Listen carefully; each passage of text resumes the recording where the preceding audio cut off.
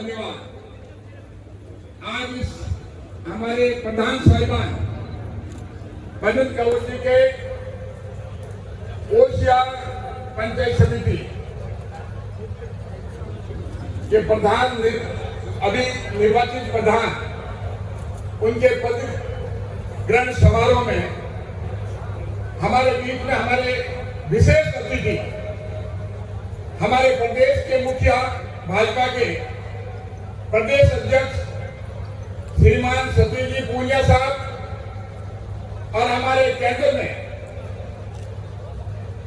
Cabinet मंत्री श्रीमान गजेंद्र सिंह जी शेखावत साहब, हमारे केंद्र में कृषि राज्य मंत्री श्रीमान कैलाश जी चौधरी साहब और हमारे प्रदेश के भाजपा के महामंत्री श्रीमान भजनलाल जी और हमारे राज्यसभा के सांसद श्रीमान यादव साहब और सम्मानित मंच और हमारे खास दादा समूह सिंह जी खेतासर साहब, पूर्व विधायक श्रीमान भैराराम जी, सम्मानित मंच, मातृशक्ति, सभी भाई लोगों, मीडिया के दोस्तों और युवाओं, मुझे आज बड़ी खुशी है इस बात की कि पूरे ओसिया विधानसभा में हमारी सभी पंचायतें जो हैं, चाहे भाजपा की हो चाहे भाजपा समर्थित प्रधान की है, ये अपने आप में बहुत बड़ी बात है। ये जीत जो है ओसिया की जनता की जीत है, ये जीत जो है आपकी जीत है। मैं माननीय सतीश जी पूनिया साहब को बहुत बहुत धन्यवाद अर्पित करना चाहूंगा कि एक प्रधान के शपथ ग्रहण समारोह में आप अपना अमूल्य समय निकाल करके खास कर मेरे पाली लोकसभा क्षेत्र में बिलाड़ा और ओसिया पधारे। आज के लिए मेरा पूरा पाली लोकसभा क्षेत्र की जनता की तरफ से, ओसिया की तरफ से बहुत बहुत आपको धन्यवाद। मुझे इस बात की खुशी हुई, मैं धन्यवाद दूंगा कि क्योंकि ओसिया एक ऐसी धरती है जहां पर हमारे किसान, भारतीय जनता पार्टी का किसान जो है, मैं ये कह सकता हूं कि जो प्रधानमंत्री जी ने किसानों के लिए तीनों कृषि बिल बनाए, तीनों कानून जो बनाए, उसको अगर कोई भली भांति, मैं ये कह सकता हूं पूरे राजस्थान में कोई समझता है तो वो ओसिया विधानसभा के किसान समझते हैं। और भारतीय जनता पार्टी का हमारा किसान मोर्चा ओसिया का सबसे मजबूत है। और यही नहीं, आज जो मुझे जो हल भेंट किया, मैं सबसे पहले इस बात के लिए धन्यवाद देता हूं क्योंकि मैं किसान परिवार से ही नहीं, मैंने स्कूल बहुत बड़ी उम्र में गया था और शुरू में यही हल जो मैंने कंधे पे रखा, उसी हल से लगभग 10 साल तक मैंने अपने खेती अपने स्वयं हाथों से की। तो मुझे बड़ा अच्छा लगा कि किसान की यहाँ पर ओसिया में और भारतीय जनता पार्टी में कितना मान और सम्मान है।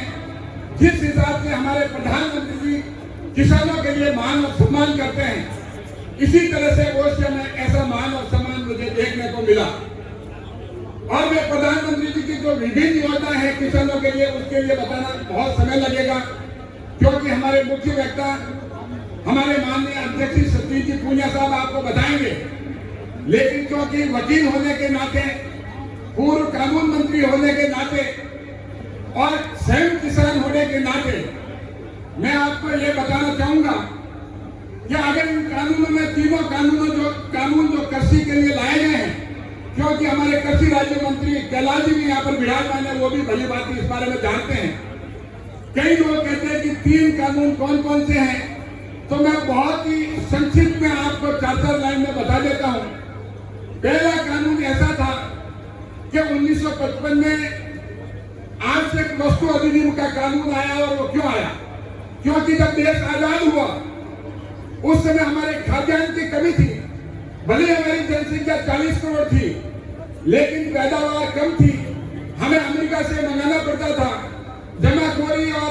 जमाखोरी होती थी। तो उस समय वो कानून लाया कि भाई कोई स्टॉक जो है वो ज्यादा नहीं रखे। इसलिए कानून लाया गया और 1955 में लाया गया। लेकिन बाद में धीरे धीरे हरित क्रांति आई और हरित क्रांति में हमारा उत्पादन इतना बढ़ा कि आज किसानों के घर पे अनाज, हर किसान के घर पे अनाज है। लेकिन कोई भी गोदाम इसलिए नहीं बनाता और स्टोर इसलिए नहीं करता क्योंकि आवश्यक वस्तु अधिनियम के तहत में एक लिमिट के बाद में स्टोर नहीं कर सकता। उसका सीधा का सीधा नुकसान जो है वो किसानों को होता है। तो मोदी जी ने जब उनको ये ध्यान गया कि किसान जो मांग जो है वो कम है और सप्लाई जो है, पैदावार जो है वो अधिक है। जब पैदावार अधिक होती है, मांग कम होती है और मांग कम इसलिए थी क्योंकि कोई भी व्यापारी बड़ा स्टॉक नहीं रख सकता। तो मोदी जी ने ये स्टॉक की सीमा हटाई क्योंकि हम देखते हैं कि अगर रोड पे 8 लेन की रोड है और एक में अगर कन्वर्ट कर दे तो जिसको कहते हैं बोतल नेक, तो इसी तरह से इस कानून के द्वारा जो एक अड़चन थी डिमांड और सप्लाई, मांग और आपूर्ति, उसमें संतुलन बनाने के लिए ये कानून लाया गया। ये सीधा का सीधा किसानों को फायदा है।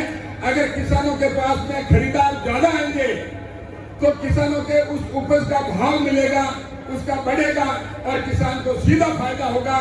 लेकिन कांग्रेस के साथी क्योंकि खुद वो स्वयं इन कानूनों को लाने के लिए पिछले 25 साल से कोशिश कर रहे थे, लेकिन जो काम वो सोचते हैं वो पूरा नहीं करते हैं। लेकिन ये काम जब मोदी जी ने किया तो उनको ये तकलीफ हो गई कि ये किसानों के लिए ये वाहवाही जो है वो मोदी जी को मिल जाएगी। तो असल में तकलीफ ये है, लेकिन उसका सीधा नुकसान कांग्रेस वाले और विपक्ष वाले वो किसानों को करना चाहते हैं। दूसरा जो है वो मंडी के मामले में है। तो मैं आपको बता दूं कि जिस हिसाब से हमारे मंडी में प्रधानमंत्री जी चाहते हैं कि हमारे खरीदार ज्यादा हों, जब हजारों की संख्या में बेचने वाले हैं तो हजारों की संख्या में खरीदार भी होना चाहिए। अगर किसानों के घर पे जाकर के अगर खरीदार नहीं होंगे और किसान को सिर्फ मंडी में जाकर के बेचना पड़ता है तो उसका 3 दिन खराब होता है। उसको अगर कमजोर किसान होता है और उसके पास में ट्रैक्टर नहीं होता तो उसको बहुत महंगा पड़ता है। तो इसीलिए एक जो व्यापार जो है एक खुला व्यापार किया। किसान कहीं भी बेच सकता है, किसान की उपज कोई भी खरीद सकता है।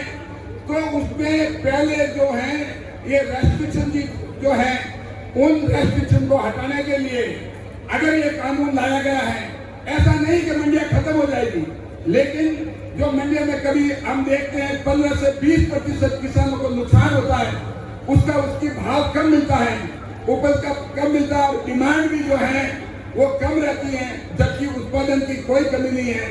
तो उसके लिए आज कलकत्ता का व्यापारी भी हमारे बीच में आ सकता है और मध्य प्रदेश का भी आ सकता है, महाराष्ट्र का आ सकता है, पूरे देश का व्यापारी कोई भी आ सकता है।